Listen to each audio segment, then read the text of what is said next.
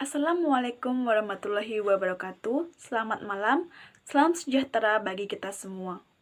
Puja dan puji syukur kehadirat Allah Subhanahu wa Ta'ala yang telah melimpahkan rahmat dan hidayahnya sehingga kita dapat merasakan kesehatan walaupun di masa COVID-19 saat ini. Dan tak lupa pula selawat beserta salam kita haturkan kepada Nabi besar Muhammad SAW. Yang terhormat Ibu Pratiwi Nur Habibi, SOS MSc. Perkenalkan, saya Zahra Nurwahidah dengan NIM 2104238. Saya akan mempresentasikan tugas pengganti ujian akhir semester dengan topik peran masyarakat sipil dalam proses demokratisasi dan pemilu dengan mata kuliah teori sosial. Undang-Undang Nomor 17 Tahun 2007 tentang Rencana Pembangunan Jangka Panjang Nasional atau RPJPN menyatakan tentang pentingnya peningkatan peran masyarakat sipil dalam demokratisasi di Indonesia. Secara operasional, sosok masyarakat sipil yang dimaksud mencakup institusi-institusi non-pemerintah yang berada di masyarakat yang mewujudkan diri melalui organisasi, perkumpulan atau pengelompokan sosial dan politik yang berusaha untuk membangun kemandirian seperti organisasi sosial dan keagamaan, lembaga swadaya masyarakat atau LSM, paguyuban, kelompok-kelompok kepentingan, dan sebagainya, yang juga bisa mengambil jarak dan menunjukkan otonomi terhadap negara. Konsep masyarakat sipil yang melandasi saat ini pada hakikatnya merupakan konsep masyarakat yang mandiri atau otonom. Dalam batas-batas tertentu, masyarakat sipil dilihat sebagai entitas yang mampu memajukan diri sendiri, bisa membatasi intervensi pemerintahan dan negara dalam realitas yang diciptakannya, serta senantiasa memperlihatkan sikap kritis dalam kehidupan politik. Di masa saat ini, banyak sekali orang-orang yang belum tahu apa sih itu masyarakat sipil, apa sih itu demokratisasi. Nah, menurut Muhammad A.S. Hikam, masyarakat sipil dapat didefinisikan sebagai wilayah-wilayah kehidupan sosial yang terorganisir dan bercirikan antara lain kesukarelaan atau voluntary, keswasembadaan atau self-generating, dan keswadayaan atau self-supporting, kemandirian tinggi berhadapan dengan negara, dan keterikatan dengan norma-norma atau nilai-nilai hukum yang diikuti warganya. Sebagai sebuah ruang publik, masyarakat sipil adalah suatu wilayah yang menjamin berlangsungnya perilaku, tindakan, dan refleksi mandiri, tidak terkungkung oleh kondisi kehidupan material, dan tidak terserap oleh jaringan-jaringan kelembagaan politik resmi. Di dalamnya tersirat pentingnya suatu ruang publik yang bebas atau free public sphere, tempat di mana transaksi komunikasi yang bebas bisa dilakukan oleh warga masyarakat. Menurut CCS, LSE merumuskan sebuah definisi operasional tentang masyarakat sipil. Menurut CCS, LSE, masyarakat sipil merujuk pada arena tindakan kolektif sukarela tanpa paksaan atau apalagi kekerasan di sekitar kepentingan, tujuan-tujuan, dan nilai-nilai bersama. Dalam teori, bentuk-bentuk kelembagaannya berbeda dari negara, keluarga, dan pasar, meskipun dalam praktek batas-batas antara negara, masyarakat sipil, keluarga, dan pasar seringkali bersifat kompleks, menyeluruh, dan terorganisasi. Sedangkan demokratisasi adalah suatu perubahan baik itu perlahan maupun cepat ke arah demokrasi. Demokratisasi ini menjadi tuntutan global yang tidak bisa dihentikan. Jika demokratisasi tidak dilakukan, maka bayaran yang harus diterima adalah balkanisasi, perang saudara yang menumpahkan darah, dan kemunduran ekonomi dengan sangat parah, menurut B.J. Habibie 2005. Peningkatan peran masyarakat sipil atau civil society dalam demokratisasi di Indonesia dianggap sangat penting. Hal ini tertuang dalam Undang-Undang Nomor 17 Tahun 2007 tentang Rencana Pembangunan Jangka Panjang Nasional atau RPJPN. Konsep civil society merupakan konsep tentang masyarakat yang mandiri atau otonom, yakni sebagai entitas yang mampu memajukan diri sendiri, tidak dibatasi oleh intervensi negara dan pemerintah dalam realitas, dan memperlihatkan sikap kritis dalam kehidupan politik. Civil society yang dimaksud mencakup institusi-institusi non-pemerintah yang berada di masyarakat yang mewujudkan diri melalui organisasi, perkumpulan atau pengelompokan sosial dan politik yang mandiri seperti organisasi sosial dan keagamaan, LSM, paguyuban, kelompok-kelompok kepentingan, dan sebagainya yang juga bisa mengambil jarak dan menunjukkan otonomi terhadap negara. Abraham Lincoln berpendapat bahwa pemerintahan berasal dari rakyat, oleh rakyat, dan untuk rakyat.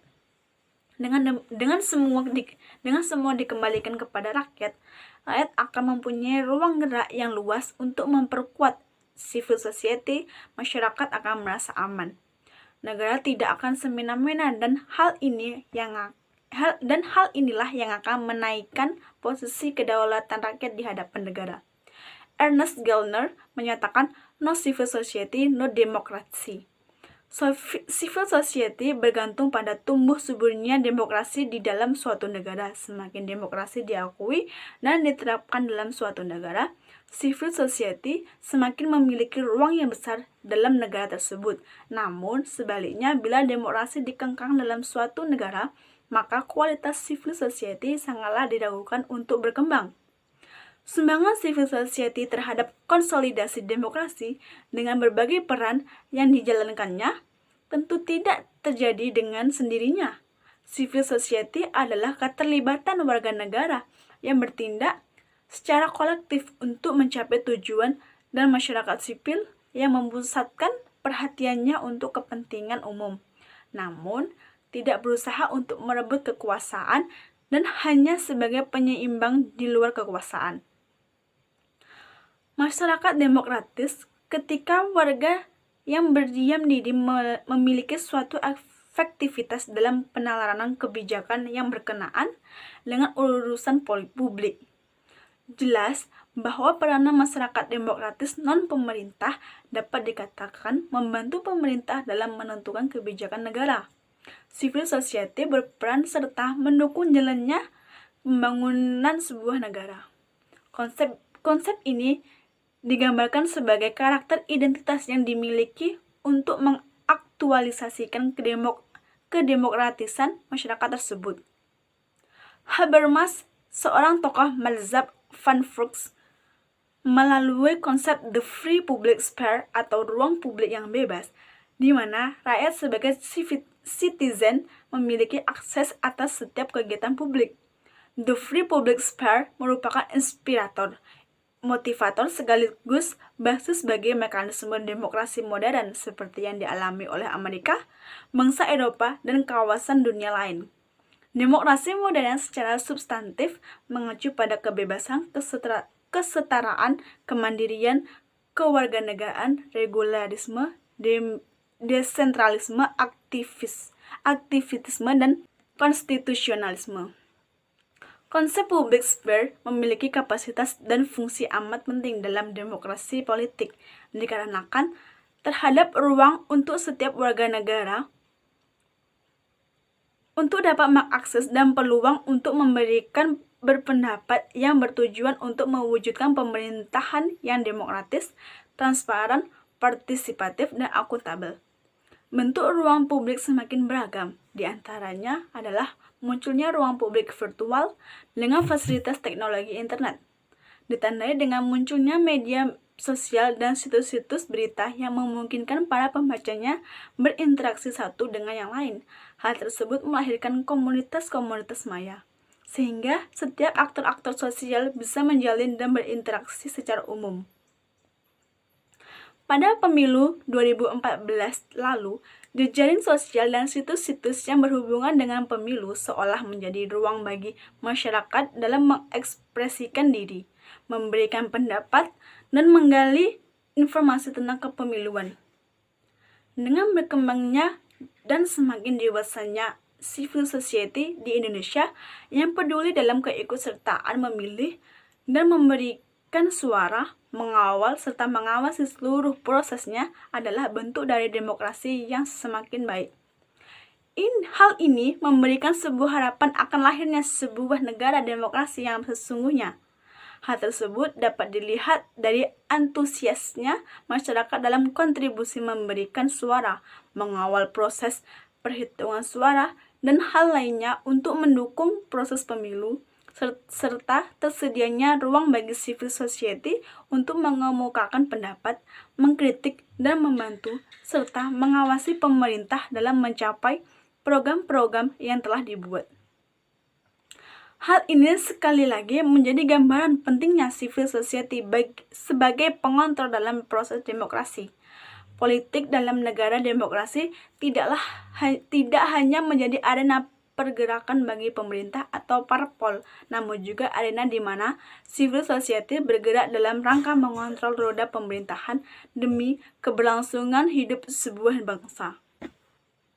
Dari presentasi tersebut dapat disimpulkan bahwa peningkatan peran masyarakat sipil atau civil society sangatlah penting karena civil society adalah keterlibatan warga negara yang bertindak secara kolektif untuk mencapai tujuan dan masyarakat sipil yang memuaskan perhatiannya untuk kepentingan umum, namun tidak berusaha untuk merebut kekuasaan dan hanya sebagai penyeimbang di luar kekuasaan, dan juga sebagai pengontrol dalam proses demokrasi. Politik dalam negara demokrasi tidak hanya menjadi arena pergerakan bagi pemerintah atau parpol, namun juga arena di mana civil society bergerak dalam rangka mengontrol roda pemerintahan demi keberlangsungan hidup sebuah bangsa. Terima kasih. Assalamualaikum warahmatullahi wabarakatuh.